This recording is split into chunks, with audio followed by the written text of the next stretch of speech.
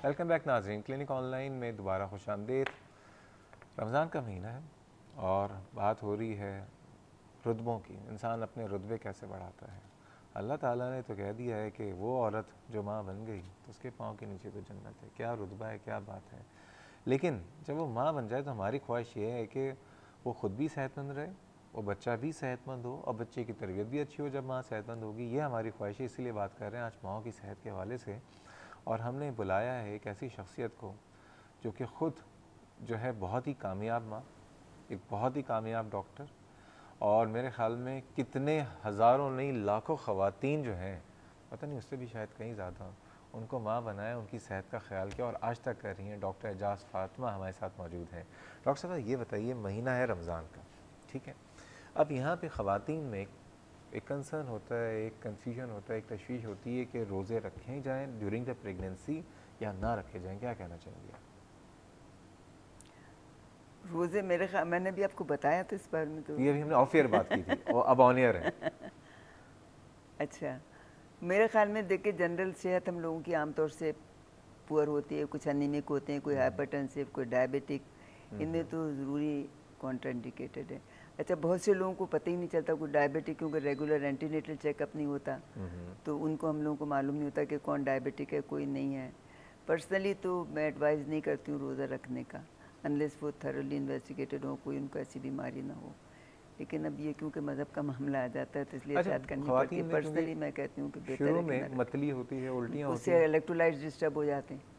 Okay, अगर वो हाँ, रोज़ा रखेंगी तो फिर और ज़्यादा ख़राब हो जाएगी उनकी हालत। इलेक्ट्रोलाइट्स तो आपको पता है लाइफ थ्रेटनिंग हो जाते हैं बाज़ दफ़ा। ओके। तो इसी तरह से डायबिटिक भी लाइफ थ्रेटनिंग हो जाती है अगर हाइपो में चली जाए। Hypo is more danger than hyper, यानी यानी शुगर अगर लेवल शुगर कम कम हो हो जाए जाए। तो ज़्यादा डेंजरस है अगर शुगर बढ़ने से, ठीक है। क्योंकि उसमें एकदम ब्रेन डैमेज हो जाता है। और ओहो। हाइपरटेंशन भी बहुत प्रेगनेंसी के लिए ख़तरनाक है। तो इन चीज़ों पे one should be very careful. यानी एज ए डॉक्टर आप एडवाइस नहीं करती हैं, लेकिन फिर भी ये है कि अगर उनको फिर भी तशवीश है तो वो किसी अपने मकतबा फ़िक्र के आलिम दीन से भी कांटेक्ट कर सकती हैं, लेकिन एज ए डॉक्टर आप मुनासिब समझती हैं कि वो उस वक्त रोज़े ना रखें, ठीक है ना।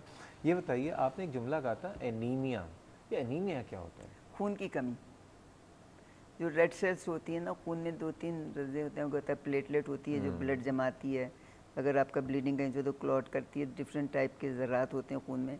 एक होता है जो ऑक्सीजन ले जाता है बदन में, आपके टिश्यूज़ को सबको ऑक्सीजन पहुंचाता है, वो रेड सेल्स होती हैं। उसकी कमी अगर हो जाए ना, अब बच्चा जो है वो मदर से ब्लड लेता है पूरा अपना, वो खुद तो ऑक्सीजन नहीं, जैसे इंट्रायूट्राइन तो बच्चा नहीं, यूट्राइन तो मदर के थ्रू मिलती है। तो अगर मदर अनिमिक है तो उसको भी लोअर क्वालिटी का ब्लड मिलेगा, उसकी परवरिश इतनी अच्छी नहीं होगी, उसका ब्रेन है मतलब ये, और दूसरे आधा इतने स्ट्रॉन्ग नहीं बनेंगे जितने के नॉर्मल ब्लड पे बनने चाहिए।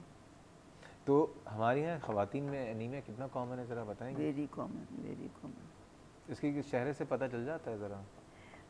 चेहरे से नहीं पता चलता, आपको पता है आजकल तो मेकअप इतना कवर कर नहीं, अमूमन अगर कितनी मेकअप अनिमी ना, को पिंक लगती हैं, लेकिन अंडर द टंग, आई के इधर अंडर लैशेस से उससे डॉक्टर्स पता लगा लेती हैं देख के कोई थोड़ा बहुत। ओके। और आजकल तो मशीनों पे इतनी डिपेंडेंस हो गई है, क्लिनिकली तो लोगों ने एग्जामिनेशन, बल्कि ये तो अनीमिया तो मामूली चीज़ है, बाज़ चीज़ें जो हमको क्लिनिकली देखनी चाहिए वो भी आजकल मशीनों पे डिपेंडेंस बहुत हो गई है। तो आपका क्या ख्याल है, मशीन आना अच्छी बात नहीं है? मशीन आना तो बहुत अच्छी बात है, बहुत से एडवांटेजेस भी हैं, बहुत ज़्यादा एडवांटेजेस हैं, लेकिन चंद उसके नुकसानात भी हैं। अच्छा, एक मसलन जी उस वक्त बताइए। हाँ, मसलन ये है कि जो मशीनें हम लोग आते हैं, एक तो हमारे यहाँ जो जो मेंटेनेंस है वो उसकी सही नहीं है जिस लेवल पर होनी चाहिए। वो हमारा अनफॉर्चुनेट है कि we can not afford it that much money, कि हमारा जो जिस स्टेटस से वो मेंटेन हो, जिस क्वांटिटी में वो जिस मतलब स्पीड से वो बदली जाए, वो हमारे पास नहीं होता है। उसकी वजह से ये होता है कि हमारे फिज़िकल एग्जामिनेशन तो अपना कम कर दिया है और मशीनों पर डिपेंडेंसी ज़्यादा ले ली है। तो हम लोग को फिज़िकल एग्जामिनेशन से इतना हटना नहीं चाहिए जब तक कि हम लोग उस लेवल की मशीनों पे ना आ जाएं जैसे कि बाहर की अच्छा, एक कंट्री ज़माने आप बिल्कुल सही कह रही हैं, डॉक्टर मरीज़ों को टाइम देता था, टाइम टाइम देते। देता था, बात करता था, उनकी बात सुनता था, उनको प्रॉपर उनके एग्जामिनेशन होता था। आजकल क्या है, बस जल्दी से 2 4 5 टेस्ट लिखे, नेक्स्ट। हाँ, टेस्ट ही वो सारे डिटेक्ट करके करते हैं। अच्छा, वहाँ के टेस्ट तो फिर भी वहाँ भी गड़बड़ होती है जब तक आप एग्ज़ाम नहीं। अभी मेरा एक नेफ्यू काम करता है अमेरिका में, वो भी बता रहा था कि उसको प्रॉब्लम हुई थी कि पेशेंट वाज नॉट एग्जामिन्ड और सब टेस्ट ही देखते रहे। उनको भी कभी कभी होता है, लेकिन हमारे यहाँ क्योंकि मशीनें जो है ना अपडेट नहीं होती हैं, पुरानी मशीनें चलती हैं, उनका रिपेयर और मेंटेनेंस इतनी अच्छी नहीं होती और नंबर ऑफ़ मशीन भी इतनी नहीं होती जितनी वहाँ होती है, तो हमारे लिए ज़्यादा प्रॉब्लम है। तो हमको चाहिए कि हम अपना क्लिनिकल एग्जामिनेशन भी बरकरार रखें साथ साथ मशीनों के।